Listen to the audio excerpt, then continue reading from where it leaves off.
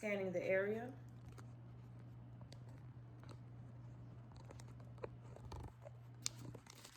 Okay, for this assessment, I will be performing on myself. Also, I have not received my uniform yet, so bear with me. I have on my Chamberlain t-shirt. Okay, so, and I also have my notepad and my pen so I can note my findings for the vitals of my patient. So now, before I enter the patient's room, I'm already going to have my supplies in hand. I'm going to knock on the door. Hi, may I come in? When I come in, I'm going to set my supplies on a clean surface.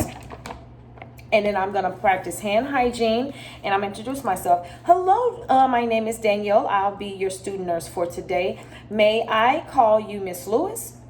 Okay, Miss Lewis. Well, today, per your doctor's orders, I will be taking your vital signs. It should take about 5 to 10 minutes. Is right now a good time for you? Okay, good. It will require me to touch you. Is that okay with you? All right, good. So let's start off by you first telling me your name and birth date. So as the patient tell me their name and birthday, I will verify their name and birthday on their wristband. Name and birth date is verified. Okay, good. Can you tell me today's date?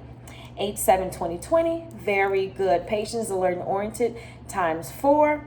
So just to reiterate, I will be taking your vital signs. Only thing that I ask of you is that you refrain from talking, that you sit upright, comfortably upright in your seat. And do you have any questions for me? All right, great. So let me just close the door or close the curtain to provide you privacy. I'm just going to ask you a couple of questions. Do you have any allergies? No, good. Are you in any pain? No. If the patient was in pain, I will then move on to O cards, will be the onset of pain, the location, the duration, the characteristic, what aggravates it, what relieves it, the timing, and the severity. And that the severity will be on a scale from 0 to 10. So now moving on, I'm going to ask you a couple of more questions. Have you had anything hot or cold to drink recently? No. Okay. Have you had an AV fistula? No. Very good. Have you smoked recently? No. All right. Have you had a mastectomy? No.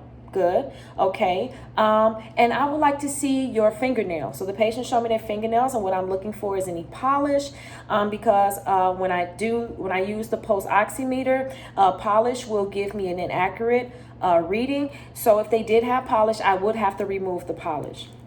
All right, good. So no polish on the hands. That's very good. So now the first thing I'm going to do, I am going to clean my supplies with a moist disinfectant wipe.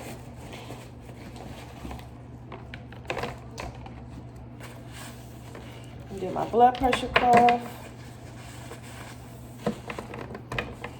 Wipe it all down and around.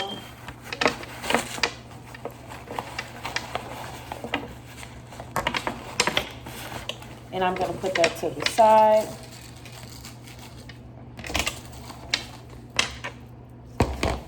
And I'm going to do my thermometer. Put that to the side. My pulse oximeter. Put that to the side.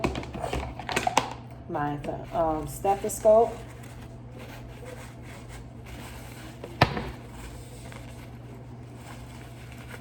Put that to the side. Okay, Mrs. Lewis, I'm just going to discard this disinfectant wipe.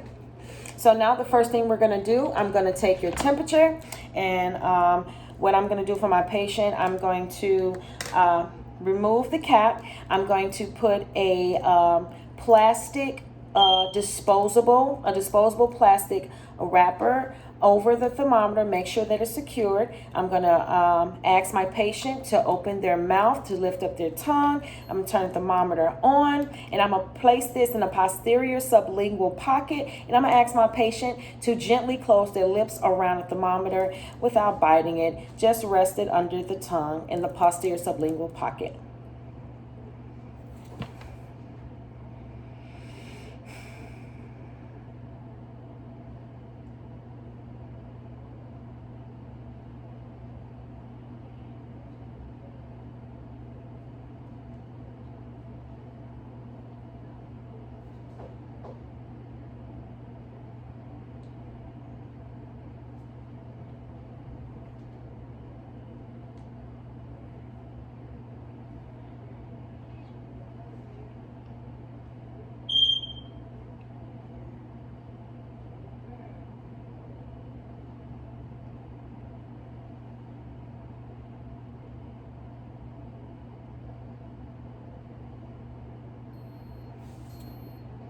I take the thermometer out of my patient's mouth, and I'm going to note the temp is 98.9 degrees Fahrenheit. I'm going to dispose of the disposable plastic wrapper. I'm going to take my thermometer and put it to the side. Next, I am going to now palpate my patient's radial pulse. So what I'm going to do, ask my patient, sit upright in a comfortable position. Don't move. I'm going to ask them to extend their arm and resting it comfortably. Excuse me. And I'm going to palpate the radial pulse. I'm going to first locate it, and then I will be ready for the timing. So, and wait, let me find it. Okay, and what I'm doing is, while I'm palpating, I'm going to be counting the beats for 30 seconds, and I'm going to multiply by 2, and that's for a normal findings. For abnormal findings or abnormal pulse, I will be counting for a full minute. So my pulse is 2 plus regular rate and rhythm. So I located my radial pulse and begin.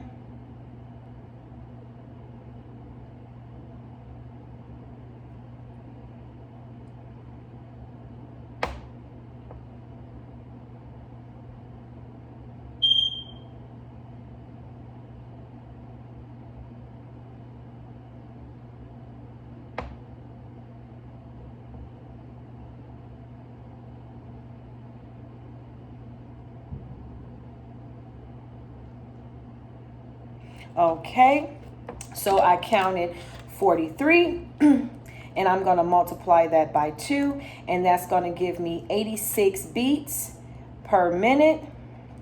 So now I'm going to continue to palpate my patient's radial pulse, but I'm going to relax my patient's other arm across their abdomen so I can watch. It'll be easier for me to watch their chest wall movements as they breathe in and out. So as I'm taking the pulse, the arm is rested, and I'm going to do it for another 30 seconds. And the same way as the radial pulse, I'm going to for normal for normal findings, it will be 30 seconds that I'm going to be counting times 2, and for abnormal, I'll count for a full minute. So okay, now my 30 seconds.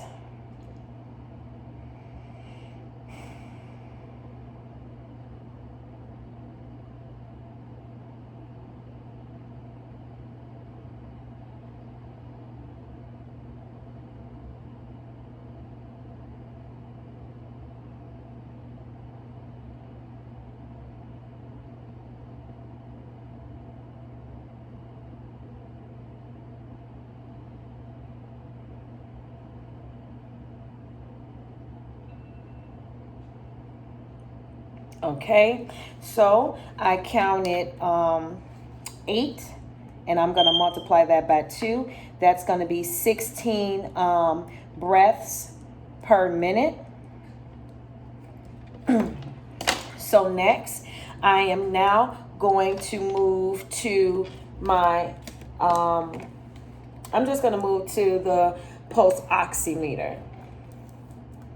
And I'm going to ask my patient, let me see your hands. So I'm looking at my patient's hands. I'm going to feel both sides bilaterally, feel my patient's hands. My hands are appropriate moisture, and they're dry and warm to touch. I am just going to now, because my patient doesn't have polish, so I'm going to test the cap refill. Cap refill is less than 2 seconds. And now I am going to apply the pulse oximeter. So I'm going to turn it on. I'm going to ask my patient to relax their hand, put their pointing finger in the pulse oximeter, and I am going to just hold my hand under theirs so they can relax it. And I'm going to look for a consistent rating.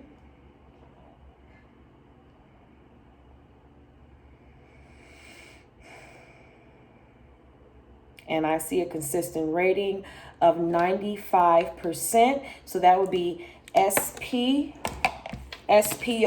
oxygen saturation of 95%.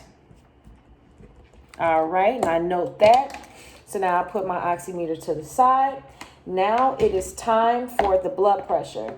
So before I begin my blood pressure, I'm going to ask my patient to sit straight up in their seat.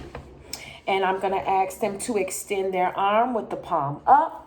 And since I want their arm to be at heart level, I'm going to provide a pillow, have my patient extend their arm palm up, and I'm going to locate the brachial artery.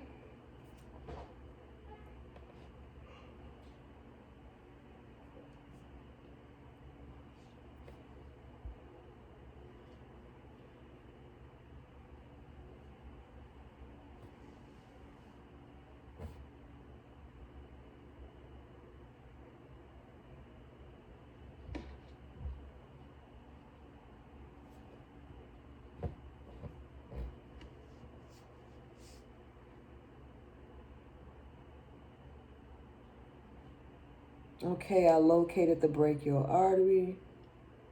So now I'm going to take, and it's 2+ regular rate and rhythm, same as my radial pulse, 2+ regular rate and rhythm. I am going to now take my blood pressure cuff and I'm going to get the appropriate size for my patient. And my patient is adult, so I do have the adult size.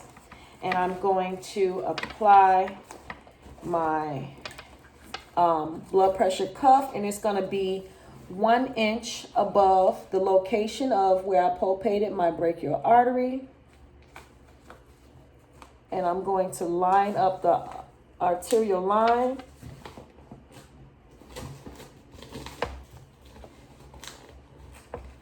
And I'm going to make it nice and snug.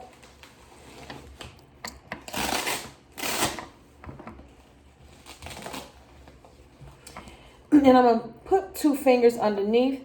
That way that I know it's enough room between the blood pressure cuff and the skin. It's not too tight.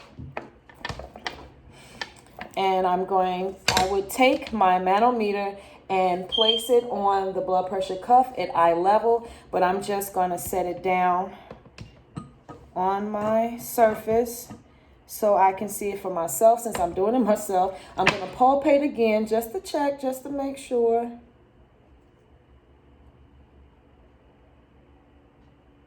Okay, I feel it.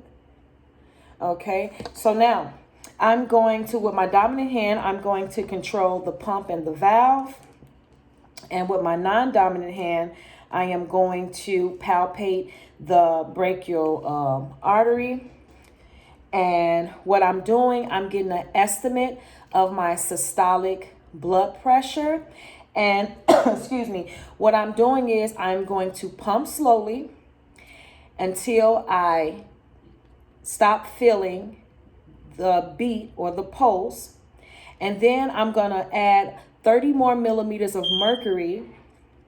And then I'm going to slowly release the valve until I feel it. I feel the pulse again. And I'm going to note that, and I'm just going to release it completely. So now, since I'm doing this on myself, I'm just going to do a little bit at a time and feel if I feel okay, I still feel it. And I'm going to go up to about 120. I'm going to go to let me feel again. Go to 120. Okay, I don't feel it, so I'm going to add 30 more millimeters of mercury, make it 150, and I'm going to slowly release till I feel it again. Okay, I did feel it at 120. So the estimate systolic, and I'm letting it go completely. The estimate systolic, the reappearance of what I felt was at 120. So I'm just going to let my patient's arm rest for about 30 seconds. While I'm letting my patient arm rest, I'm going to start part 2 of the blood pressure. So that will be me auscultating that location of the brachial artery. And what I'm going to do is I am going to place my diaphragm of my stethoscope on that location of the brachial artery where I palpated it. And since I stopped feeling the pulse at 120 and felt it again at 120, which is my systolic pressure, I had stopped feeling at 120, then I added 30 more millimeters of mercury. That will make it 150. So I will begin the part 2 at 150. I'm just going to pump quickly to 150, and then I'm going to slowly release my valve at dropping my needle to a rate of 2 to 3 millimeters of mercury per second. And what I'm doing, I'm trying to hear for the first sound, and then I'm going to hear for the disappearance of sound. The first sound will be my systolic. The disappearance of sound will be my diastolic. Then I'm going to wait for a little minute, and just to make sure that it's the correct diastolic, that's the disappearance of sound, and then I'm going to completely release my valve. So now let me it worked last time. It should work again, me doing it on my own. I just had to hold it down some type of way. So I put my diaphragm on the location.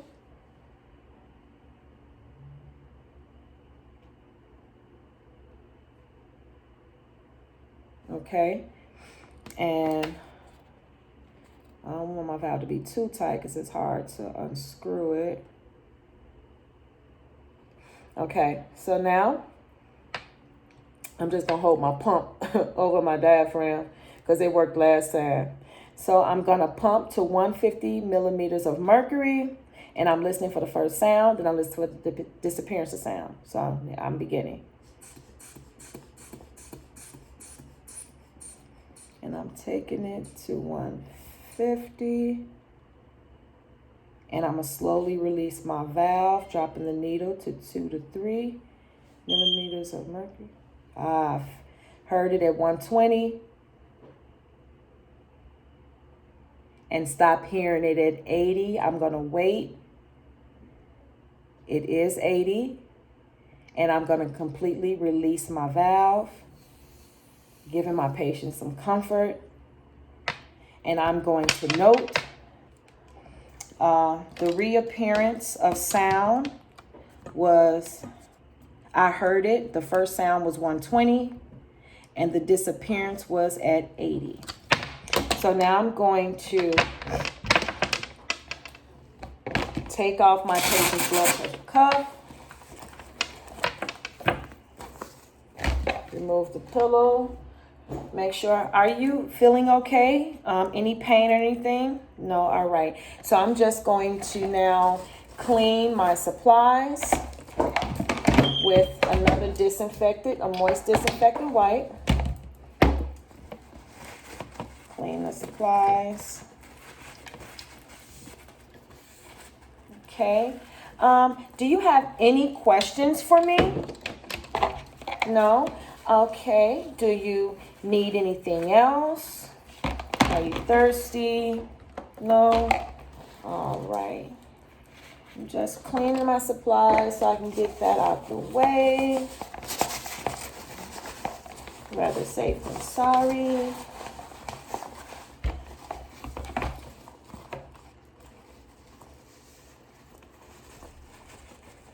Clean that off.